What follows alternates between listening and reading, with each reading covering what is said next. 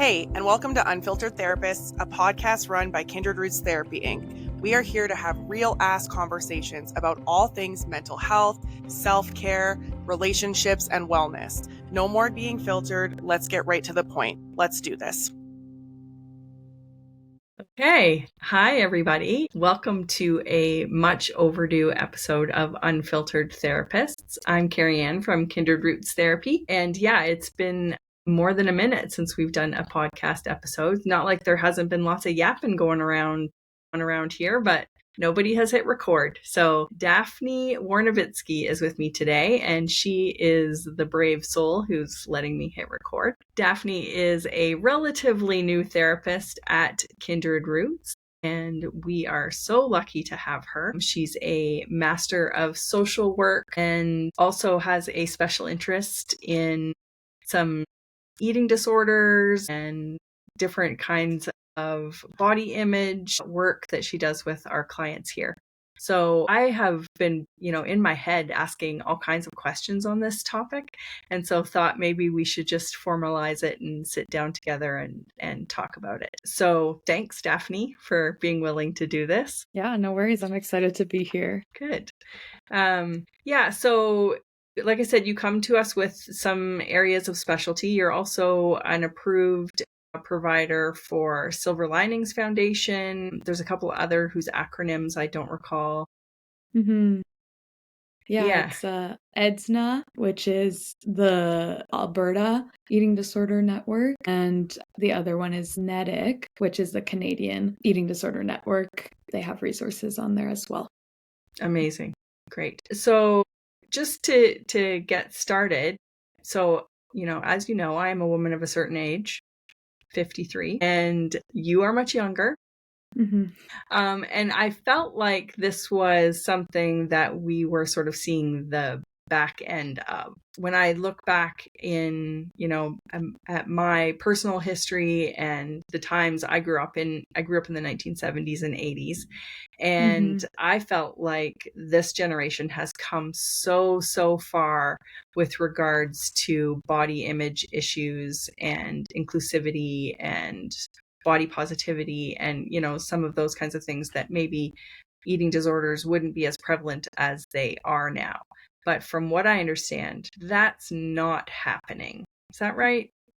Yeah, it's not. We're seeing quite high rates of eating disorders right now, especially post-COVID. There's just really high rates of eating disorders. And why do you think that is right now? Well, I think a big piece is that, first of all, I think they're more reported, just like we have higher rates of depression, anxiety.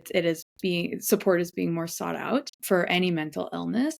The other piece that I think is really important to talk about is, for a long time, we thought that eating disorders were only about body image and food. And if that was the case, well, maybe we would see less eating disorders because there is that more of that inclusivity. When in reality, they're way more complex than just hating how you look and being afraid of food or being afraid of eating too much. There's so many other factors that are involved in an eating disorder. And so, with COVID and the isolation, it makes a lot of sense that kids or people they had no social supports. And so they started struggling a lot. The other piece is that diet culture, even though maybe we do have more inclusivity for people with different bodies, diet culture is still prevalent. It just goes, under a different name, like wellness culture. And so that's still quite prevalent now, and we're not seeing Atkins diets or specific things like that, but we are seeing a lot of intermittent fasting, a lot of,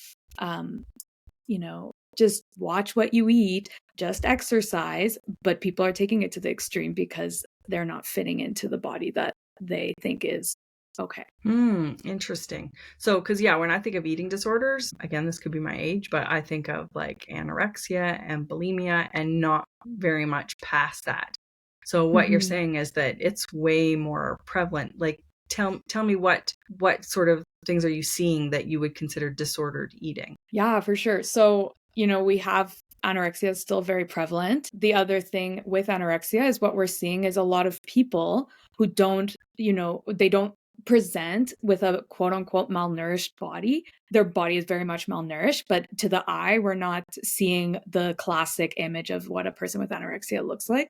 And they're very much struggling with malnourishment, with all of the symptoms of an eating disorder. They just don't fit the body type. And so they're classified as atypical anorexia, and that's under the otherwise specified eating and feeding disorders.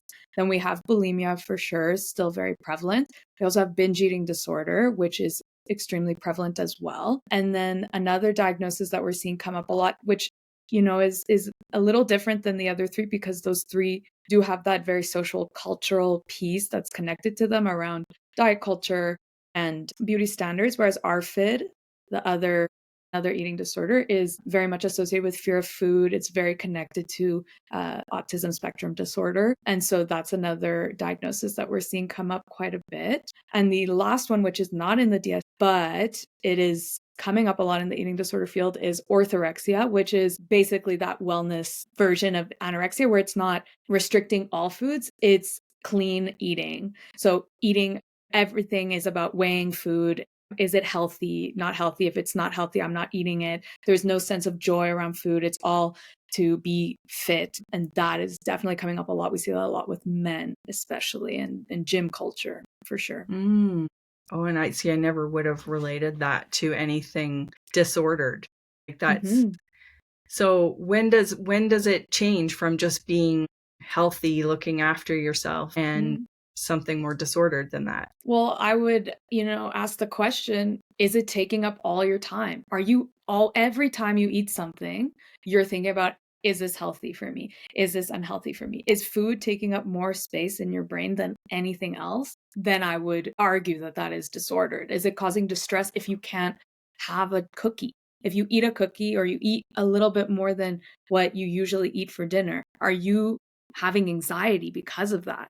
Because food is not supposed to take up that much space in our brain. It's supposed to be, we're eating our meals, and it's really hard to do that and to live a life that's, aligned with your values and pursue the things that you want to pursue when all you're doing is thinking about food and exercise constantly. Oh, this is feeling familiar. I feel like I'm being called out a little bit, because I mean, I couldn't tell you how many different diet and exercise plans I've done over my lifetime. And, there was always the pressure when I was younger in particular to look a different way, and I feel like in my generation, it was, we got our ideals from television and magazines, and we thankfully didn't have social media, because I can't even imagine what level that adds to it. But there wasn't, like, you didn't have the bigger bodied people on TV and in magazines like you do now. So it was always chasing an ideal. And I know for myself, my family members were the ones that were, I think the first time I went on a diet, I was probably 10 with my mom, like, that kind of thing. So yeah, to think of that, that's kind of scary. It is. That was just the way it goes. And I know that I have friends to this day that still do all those things you're talking about, like judge themselves for every bite of food that they're putting in, and, checking fat and fibrograms and all these kinds of things. So how do we change that narrative? I think that's the $1 million question of, if it was just between people and not a systemic thing, then, it would be easy as having that diversity on TV, or, having people with different bodies going everywhere. But the reality is that it's still being encouraged by our medical system. This idea that what we eat is one of the biggest factors that determines our health outcomes is, first of all, not true, but it is something that's constantly encouraged by medical professionals. And so when you're 10 years old and maybe you go to the doctor, the doctor tells your mom, hey, your kid should lose some weight, and then they go on a diet, well, that's already starting this process of shame and guilt around food and an unsafe relationship with food and body as well. And the other thing is, it's as easy as looking at our food guidelines and it's not encouraging, intuitive eating. It's encouraging very regimented eating. when in reality, our bodies know how much food we need. Need to eat. When we're babies, we're born knowing how much we need to eat for our own individual bodies to be full. And so then when we start implementing these rules at a really young age, it becomes hard to actually know what our body needs and for our body to actually regulate that and our metabolism to regulate that as well. So explain to me what intuitive eating looks like, because I feel like if I was left to my own devices, which is what I think of as intuitive eating, I would eat all the things. Totally. I think that's a huge fear from a lot of people. Mm-hmm. And I know that at the beginning, it almost feels that way. You have like the freedom to eat whatever. But really, the stuff that you're eating is the stuff that you aren't letting yourself eat. That there's that voice that's causing shame around it. And so your cravings are going to go up because you can't have it. It's like telling a kid, don't touch this. And so the kid's going to want to touch it. And we're the same. We're just big kids at the end of the day, no matter if we're adults. And so you say, oh, don't eat that. It's bad for you. I'm going to want to eat it. And so, once we satisfy those cravings, what the research has shown, what we've started to see is that people actually have more capacity to not want the things that they haven't let themselves eat. People started craving more whole foods, I guess. And suddenly they're not eating like 1 trillion snacks in a day, but their appetite is more regulated because suddenly there's not that famine mindset of, I actually can't eat that. And so my body's thinking that I can't eat certain foods. It's like food is readily available. Obviously, we're talking about if we have access to food, but it's like, it's there. So I don't need it right now because I'm full or I satisfied that craving. Yeah. So it is scary to let yourself eat whatever, but then it's about, okay, what's the fear of letting yourself eat whatever? And, is there any openness to be okay to see what happens if you just let your body let you know what it needs, which is scary. So, and that involves a level of intuition and connection with your body too, to be able to detect when you're actually full, when you're actually hungry. Yeah. And the thing with intuitive eating too is that, at the end of the day, some people, it's really hard to achieve that. Some people can never get to fully intuitive eating, but, it's a practice. It's something that takes time and it takes learning. And again, it's our body learning to trust us with feeding it and letting it eat what it needs to eat so that we're nourished and have the energy to do whatever it is that we have to do. Body trust is something I'm hearing more about too. So as you know, we just announced our next book club read and it is called Reclaiming Body Trust. So I'm not very far into it yet, so I can't say, but that's basically what we need to learn to do, is to trust our bodies. That's scary in a body that has never. It's terrifying for sure.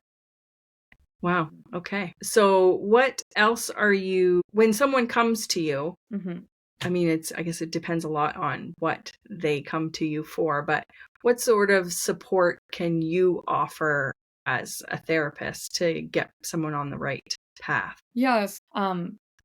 My first of all, it depends on age. I do think like there's a lot of evidence that shows that with kids, including the family, is really helpful, and even adults as well, including the family in some way, whether it's your partner and kids or whether it's your parents, whatever that may be, can be really helpful so you're not dealing with it on your own. And also a lot of the times, like we were talking about before, this culture around food is going on in the family as well, in the unit at home. And so being able to see, okay, maybe we should shift how we speak about food, how we speak about bodies, how we speak about health, so that we can have space to heal is really important. But the other thing that I believe is really important is, and again, there's lots of evidence that shows support for it, is having that interdisciplinary team of support, having support from your family doctor, having support from a dietitian, and then having support from a therapist as well, which I always encourage when I'm seeing someone with an eating disorder. The other pieces are like peer support can be really helpful as well, to include in that, having that person that has lived experience with an eating disorder, if possible, having a psychiatrist, or that's kind of, first, like bringing that in, referring people to those healthcare professionals that could support them. And then how I can support them as a therapist is I start off by implementing the idea that the eating disorder is separate from the self, from the person that's coming to me. And we name it, we give the eating disorder a name.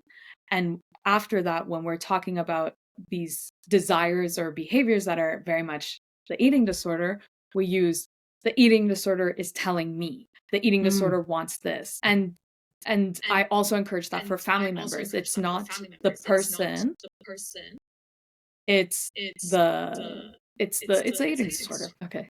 Okay, so shifting away a little bit from, true disordered eating, I'm wondering about body positivity, negativity, neutrality. I keep hearing these terms. Obviously, body negativity was something, there was lots of fat shaming and, that sort of thing that I was familiar with in, throughout growing up and, even since then. But there's definitely been a shift away from that, which is a beautiful thing, toward body positivity.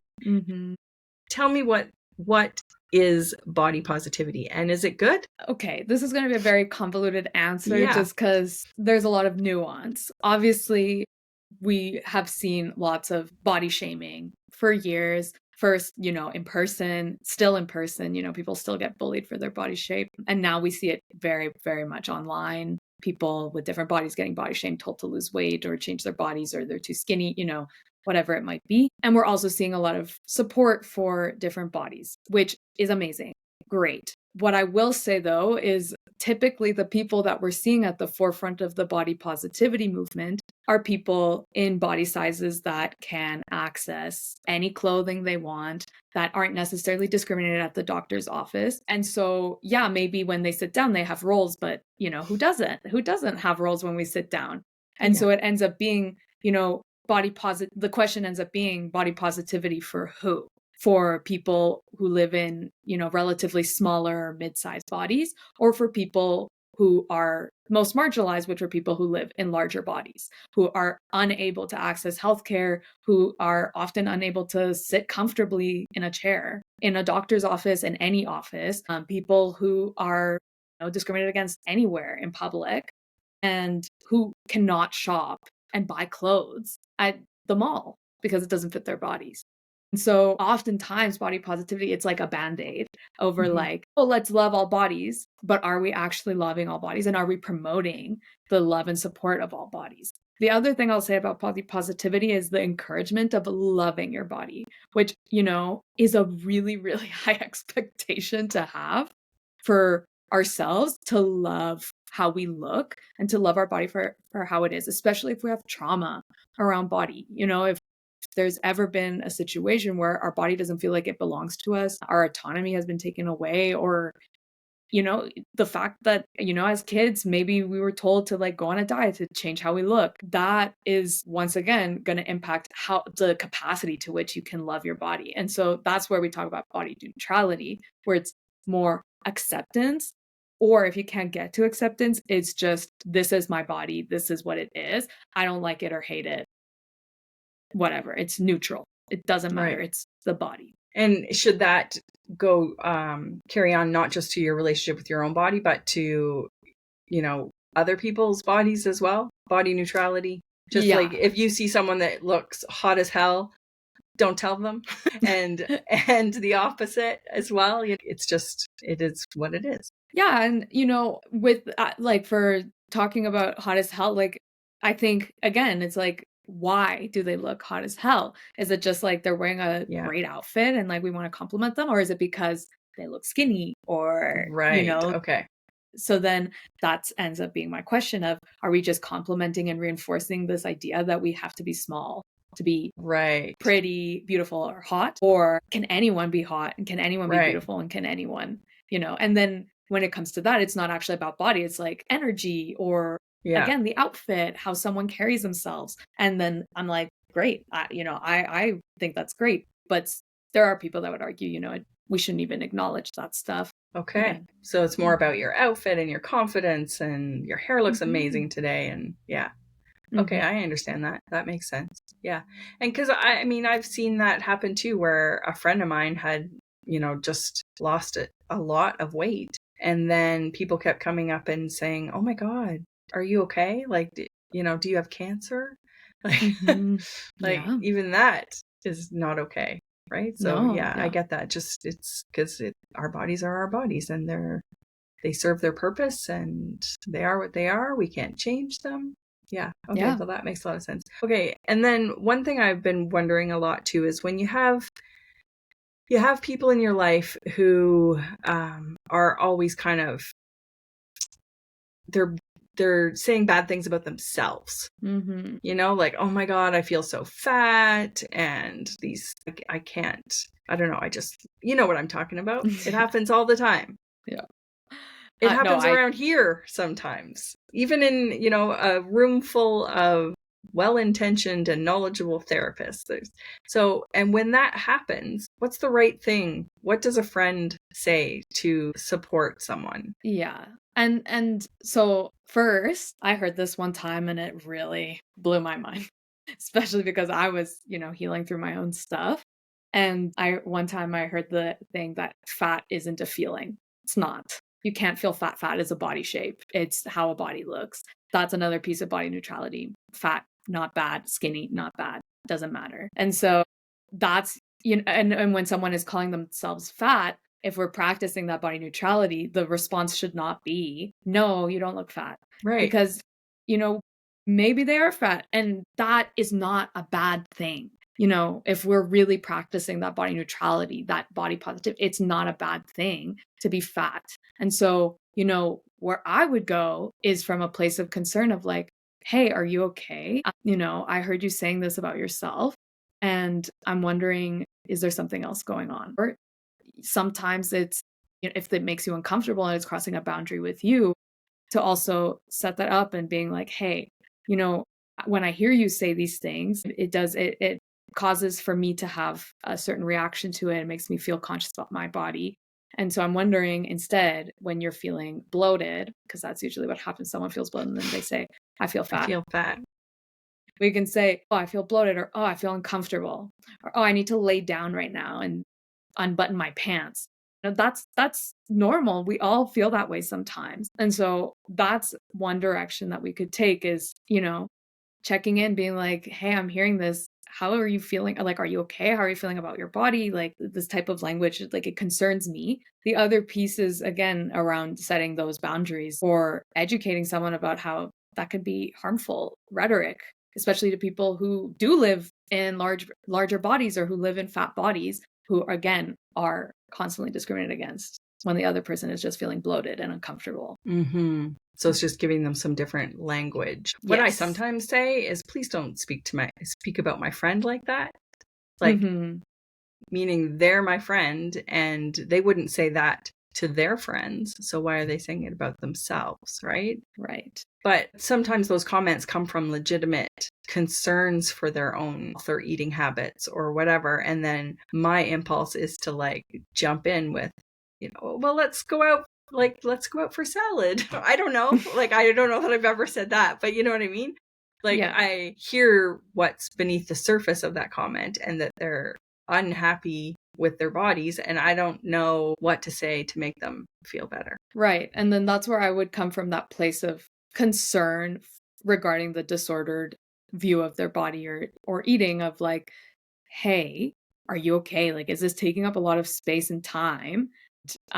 Because, someone being concerned about their weight or whatever, that's something that, a doctor, dietitian will be able to solve. Right. At the end of the day, you're a friend. And so, and encouraging that continued idea that if we lose weight, we'll feel better about ourselves, can again just perpetuate this more of like, for sure, if I gain weight, I'm bad. If I lose weight, I'm good. Which we know is not true, because our bodies don't define who we are as people. Okay. That's an interesting shift in perspective for me. And then I guess, again, pointing them in the direction of some professional help, like the people the team that you listed before. Yeah. If it was. Okay. Yeah. Wow. This has been an eye-opening little discussion. So how did you end up with this area of specialty? As much as you're comfortable sharing about your own personal professional journey that brought you here. Oh yeah, I'm super open about this stuff. Well, first of all, there's people in my family who have eating disorders, so I grew up seeing a lot of this stuff. My mom is a dietitian, and so I also grew up hearing a lot about health and food and she never came at it from a perspective of, we need to lose weight or body shaming us ever. She was not a quote unquote almond mom, which I know comes up a lot on TikToks and is part of the discourse. She was never that, but she was a dietitian. So there was a lot of conversations around eating and food and her patients and all of that, obviously in an ethical manner. Mm-hmm. And then unfortunately, though, eventually I developed an eating disorder. And so I have my own lived experience. And my experience accessing support was really difficult because doctors kept looking at me and telling me that I wasn't sick. They would question why I would think I have an eating disorder when I was so clearly suffering. And whenever they would do blood tests to see how low like my minerals and vitamins, like all of that, my vitals were, they could not find veins, but then they would tell me you're fine and send me off my way or change my medication or God knows what. And so, there was a lot of that, you're not sick enough, you're not sick enough, you're not sick enough language. And eventually when I did get the help that I needed, well, first that fueled like so much anger and passion inside of me to change this system. But then on top of that, in my recovery, I found the anti-diet and body neutral community. And I learned so much about how a lot of our society is steeped with fat phobia and how, a lot of the eating disorder thoughts are around the fear of being fat and what it actually is to be fat and live in a larger body, and realizing that it's actually against my values, completely against my values, to discriminate against others because of their body shape, or anything that is different about their bodies from my own. And so when I started to realize that and realize how pervasive it was and how it actually even impacted my own access to treatment, even though I live in a smaller body, I was like, what the heck is going on here? And so I started calling out professors in school who were promoting dieting as a healthy way of going about life, especially when we know that one of the factors that can lead to eating disorders is dieting. The other thing was, so that was a really big piece. It was like advocacy. And then the other thing is I started peer support. I was a peer mentor, and I still am, with this organization called Eating Disorders Nova Scotia, which provides support Canada-wide. And in that, again, I found more community of people that understand what it's like to go through eating disorder recovery, to experience an eating disorder, and people who had more similar experiences to my own. And then on top of that, supporting another person who is actively struggling, who is needing support, and how to be there for them based off of my own lived experience. And so with that, I was like, this is absolutely a passion area for me, because, you can go to a therapist who will tell you, oh, I specialize in eating disorders. And a lot of times they have experience, and so they're able to approach it very well. But it's so different to go to someone who just gets what it is to live with an eating disorder, because it's so, I don't mean this in a judgmental way. I kind of use it humorously, but it's a bizarre disorder, to have. It's so wild because your body naturally wants food, and there's something in your head being like, don't eat, or, get rid of this, or change how you look. And it's going against so many of your natural instincts, but it's so pervasive, it's so loud, and it's just like screaming at you all the time. And so when I saw like what my life could look like in recovery, and how different it is to be where I am now, and how much success has come out of me choosing to take care of myself and to get help, I was like, oh my God, I need to be part of this to help others as well. Yeah, I thank you for sharing that. But I can see what you mean, though, because with an eating disorder, it's different than any other, like even substance abuse or anything. Like, you have to eat. It's not like you can just decide that, okay, it's day one and I'm not going to eat anymore. Like, that's not the answer. No, You seriously. Yeah, for real. So, and it sounds like, based on what you said, you weren't denying that you had an eating disorder. Like, it's not like people were trying to convince you that you did. You knew you did, and you were trying to seek support, and support was not available to you because you didn't meet the metrics. Yeah. At the beginning, my parents did start getting concerned. I got comments from friends asking me, "Are you okay?"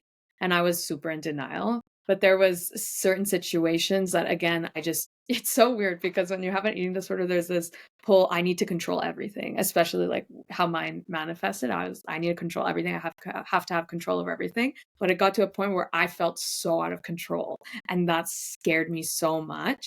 And so that's when I was like, I need to actually, I cannot live like this because it's way too scary, because I can't get any control. There's nothing that will provide me with the control that I'm looking for. And I've tried it for years with this eating disorder. And that scared me so much. And obviously, like, I was very fortunate that my parents were very, very supportive of me accessing help and getting me the support that I needed.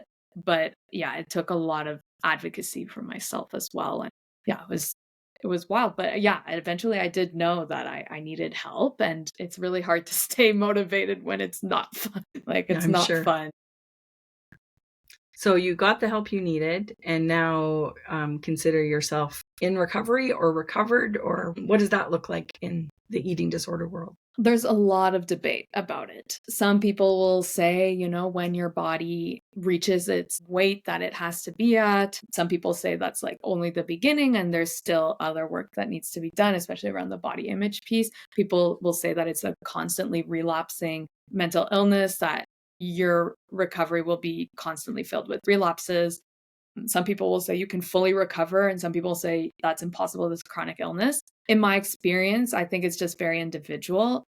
There were many times, especially at the beginning of my recovery, and it was really until the last year or so, that I thought I would never be able to reach a point where I felt recovered. This is a past tense experience. And now I do think, in the spectrum of what is recover, I do feel like I lean towards more of I'm recovered. But that's also, again, it depends on the person, because some people will say being recovered is not having an eating disorder voice in your head ever. And some people will say it is. You're just able to be like, I don't want to, this is not helpful for me right now. I'm not going to engage with it. And so for me, I can't say that I don't have an eating disorder voice, because I do. It's very much there. I'm just not engaging in behaviors that I used to engage in. And I have way more capacity to chat with it and even show it compassion, which is wild, because I used to respond with a lot of anger to my eating disorder. And now I can be like, hey, I hear you. Thanks so much. We don't need to do this right now. We're safe, all that stuff.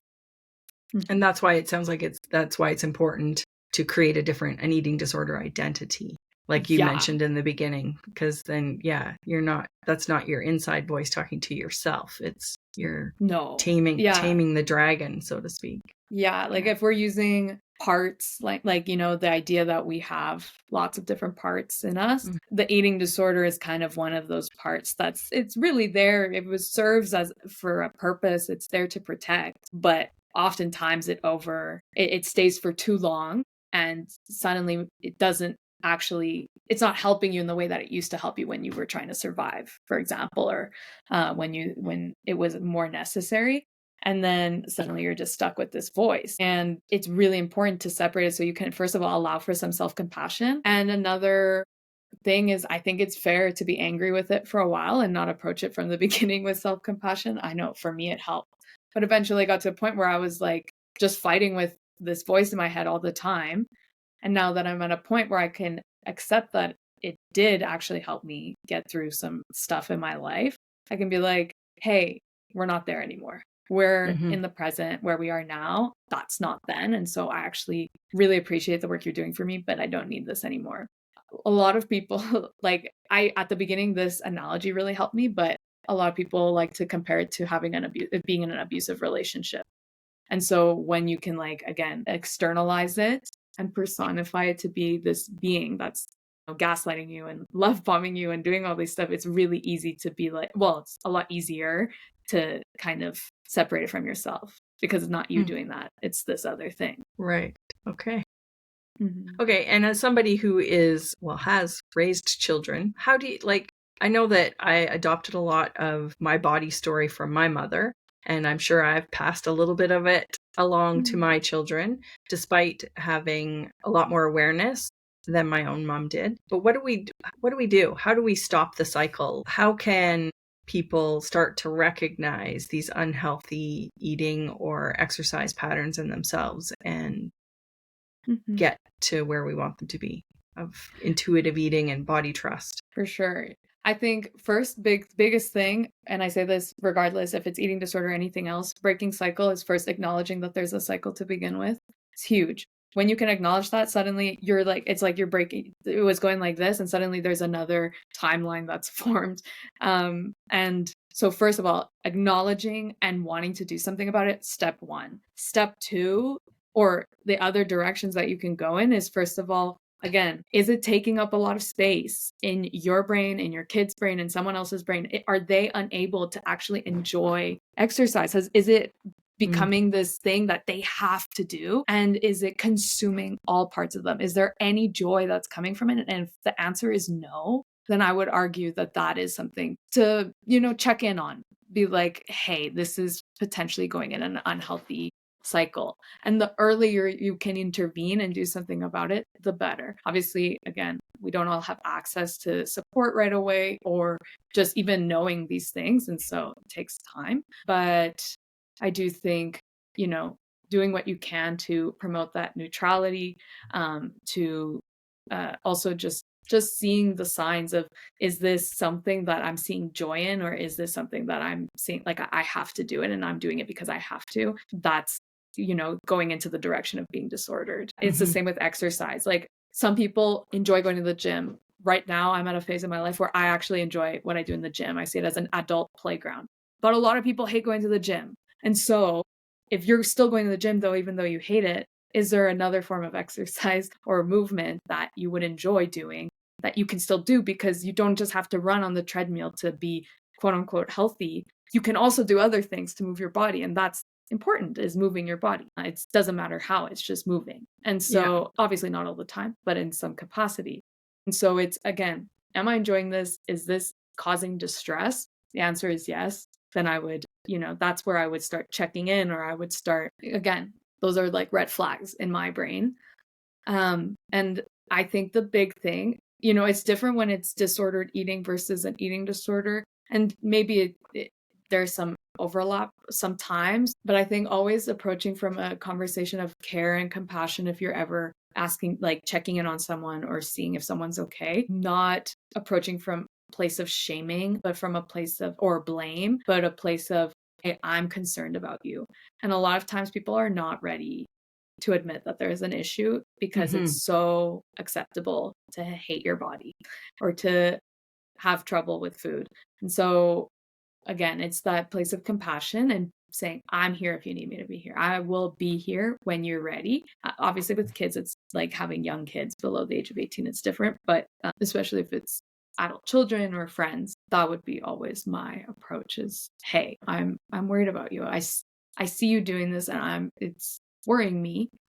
And I want to let you know I'm here if you need something. Right. That's great advice. So not from a place of blame or shame, even just what you're seeing and compassion. And I would expect they probably wouldn't accept those kinds of comments right away because, then you're right. It's just saying, okay, when you're ready, I'm here. Yeah.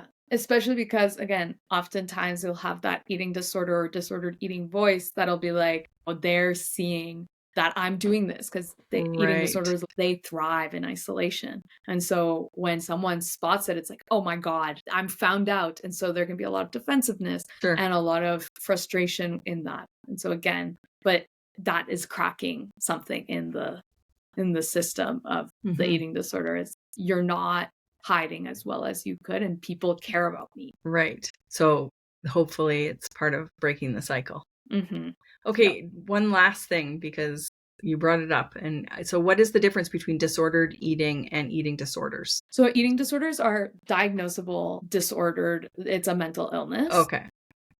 Disordered eating is, those issues with food. It's something that most people who live in a society where foods are demonized, bodies are demonized, will have. So so eating disorders, though, it's causing intense distress. It's diagnosable.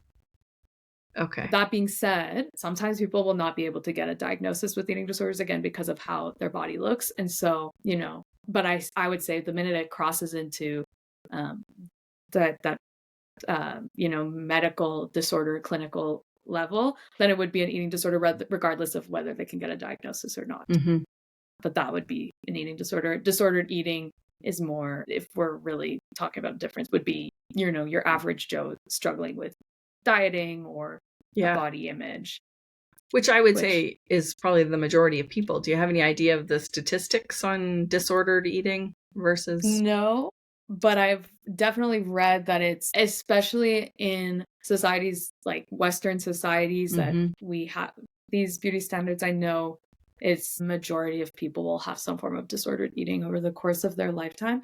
That being said, though, it's going to look different across cultures. And I know there was a study a long time ago that there was an island like near Australia that didn't have TVs for a long time, but once they started getting TVs, a lot of body image stuff, like and negative body image and diet culture issues started coming up a lot. And so again, I would say really like anywhere it's going to be high. If you have a TV and there is language comparing people or telling you to stop eating certain foods, it's going to be some form of disordered. Sad. It is sad. Yeah. Okay. Well, this has been really great information. I thank you. So, as I mentioned, our next book club read is called Reclaiming Body Trust. I wish I had brought my copy with me to flash on the screen, but we're meeting on September 15th here at Kindred Roots. Do you think you'll be able to join us? Yeah, for sure. Because I think that you would have a tremendous contribution to the conversation. So I'd love it if you'd come. Yeah. But yeah, no, this is really, really good information, and hopefully it will spur some interesting conversations among families and friends. And yeah, it's definitely made me pause to think about how I'm going to respond to the people in my life and myself, my own body story. So thank you, Daphne. I really appreciate it. Yeah, no worries. Is there any last thing you wanted to share or? No, I love having these conversations. I'm always open to talking about it. And I hope that, maybe there's a shift in some of the thinking when it comes to food and body image in our lives. Here's hoping. Okay. Thanks very much, Daphne. No worries. We'll talk to you again soon. Talk soon.